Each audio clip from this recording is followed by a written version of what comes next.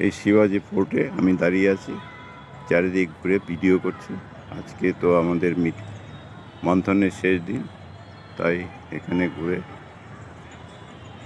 Video করছি। এটা হলো ফোর্টের ঠিক ওপরে আছি।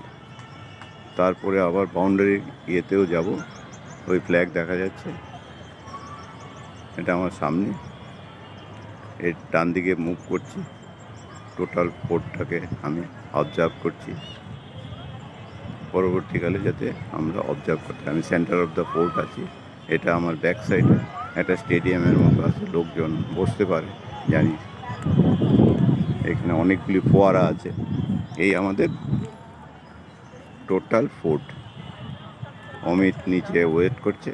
আমি এবার অমিত আর আমি দুইজন একসঙ্গে ঘুরবো।